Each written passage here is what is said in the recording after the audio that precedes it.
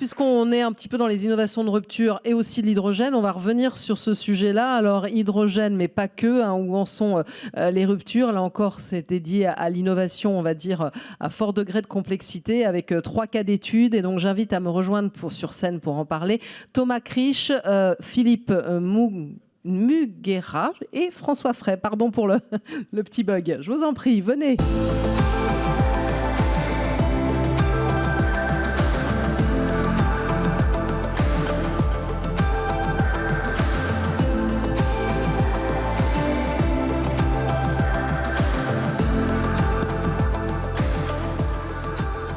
Alors, je pense que j'ai identifié François Fray, parce que je vous avais déjà vu dans une vidéo, président d'Esprit de Velox, dont vous allez parler dans un instant. Alors, on vient de voir un bateau, on va repartir sur un navire propre, multi-innovation avec vous, François Fray, donc Esprit de Velox. Alors, vous préparez aussi le navire de demain, quelque part. Alors, il n'y a pas que de l'hydrogène, c'est pour ça que vous allez nous en parler, il n'y a pas que le sujet hydrogène là-dedans. Peut-être qu'il n'y en aura pas d'ailleurs. Voilà, peut-être qu'il n'y en aura pas, d'accord. Bah, vous partez. Non. Et avec vous, voilà, c'est une autre façon aussi de faire de la science.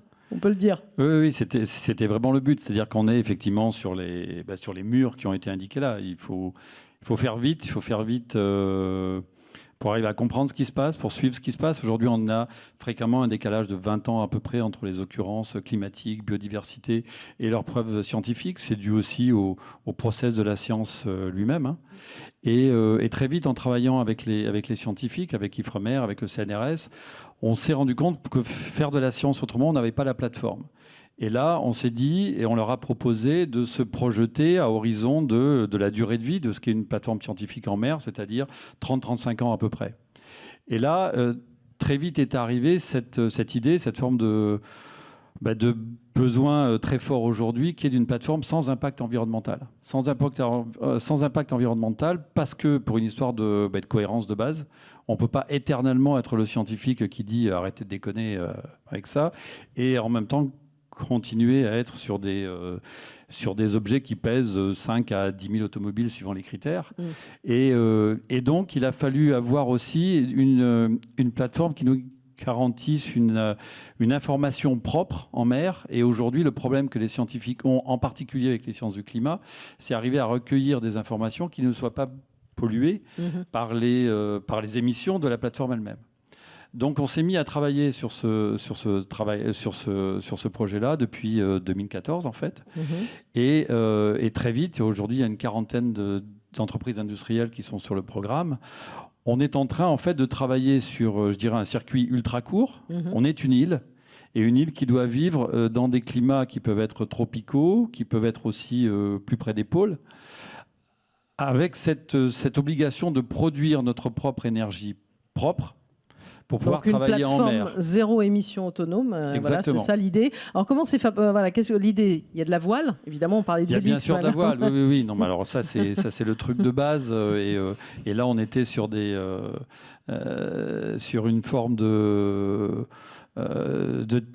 héros qui attendaient plus que nous en fait. Hein. Donc on travaille avec les chantiers de l'Atlantique sur la voile, on travaille avec Engie, avec d'autres pour mettre du photovoltaïque sur ces voiles-là, parce que c'est aussi important pour nous. On travaille sur une forme de médiation énergétique à bord qui fasse qu'on puisse brancher dans 20 ans, 30 ans, des choses auxquelles on ne pense pas aujourd'hui, parce qu'il faut aussi qu'on pense à ça. Et donc là, c'est plutôt un grid électrique courant continu que le monde offshore connaît un petit peu, que le bateau de guerre maîtrise très très bien depuis 30 ans à peu près, sur des briques énergétiques moins puissantes, mais on est quand même sur une brique jour de 1 mégawattheure de production et sur la partie utilisation. Et il faut stocker aussi pour les périodes où on est, comme par exemple sur les bancs de Terre-Neuve au mois de mars, on sait qu'on a du brouillard, on n'a pas de vent. Donc là, il faut arriver à travailler, opérer, se déplacer sur de la production qui aura été stockée. Donc là, on est sur, je dirais, une médiation électrique qui elle est forte, donc avec des formes de production électrique embarquée, avec le vent, avec le photovoltaïque, on l'a dit, avec le fait que la plateforme, elle bouge. Donc, quand elle bouge, elle se rééquilibre. On peut produire, on revient à GEPS aussi, je suis désolé.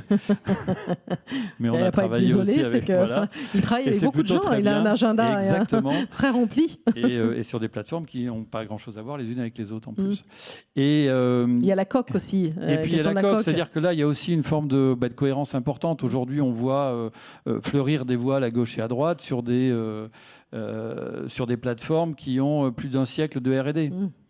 Ça ne marche pas comme ça. C'est-à-dire que si on veut effectivement être en phase avec cette forme de vision vers laquelle on tend à horizon de 2050, et encore une fois, 2050, les plateformes ayant 30 ans de vie à la mer, c'est aujourd'hui. Il faut qu'on mette en ligne le besoin, donc une forme de sobriété pour les histoires de conduite et de propulsion aussi. Bien sûr. Donc ça veut dire que là, par exemple, pour une coque de 1000 tonnes, on est passé d'un standard où on est à 1200, 1400 chevaux à peu près pour aller à 10 nœuds, à moins de 300 chevaux. Mais si je fais un comparatif, moi je pense à ça, je pense au Solar Impulse de Bertrand Piccard. C'est un peu dans le même esprit, ou un peu entre le laboratoire pour l'avion de demain, l'utilisation des énergies renouvelables ou... Ça aurait été ça si le planeur de Bertrand avait été un vrai laboratoire. Le problème, c'est qu'aujourd'hui, il ne fait pas de petit au niveau industriel. Il y a une belle idée, et cette idée, elle est reprise, mais elle est reprise autrement. Et on va dire qu'avec Solar Impulse, ça n'a pas pu jouer ce rôle-là parce qu'il n'était pas prévu pour ça. Alors que nous, et c'est aussi ce que les industriels viennent travailler avec nous, ABB entre autres, qui était sur le Solar Impulse, c'est dire qu'avec ça, on a vraiment une brique qui est, y compris en termes de réglementation, qui doit vivre avec ce qui existe effectivement aujourd'hui. Voilà, et donc de réfléchir aussi à tous les enjeux du transport de demain. On pourra en parler pendant longtemps. Donc vous en êtes où? L'idée, c'est quoi? C'est de le mettre à l'eau quand? Si tout va bien, fin 2024, début 2025, on a le tiers du financement aujourd'hui avec les industriels qui sont sur le programme. Je ne suis pas sûr que la France soit gréée pour arriver à piger ce genre de programme à double échange, on va le dire très poliment comme ça. Donc ça se passera pas de cette manière-là. Et pourtant, le Corimer et le GICAN avaient agi et fait ce qui devait être fait. Il nous reste une petite année. On a les étapes de faisabilité ont été franchies aujourd'hui. Et on est bien. Alors on parlait de première. On est sur 3 premières au monde. Voilà, la propulsion principale pour encore une fois une unité de plus de 500 UMS, donc un gros objet qui va en mer. La propulsion principale à la voile. Un mix énergétique sans énergie fossile, et puis une plateforme en matériaux composites et en plus des composites renouvelables pour le coup, ce qui est important pour nous pour arriver à minimiser les interfaces entre les échantillons d'air, d'eau et le fer qui peut se présenter à bord et qui vient polluer ça.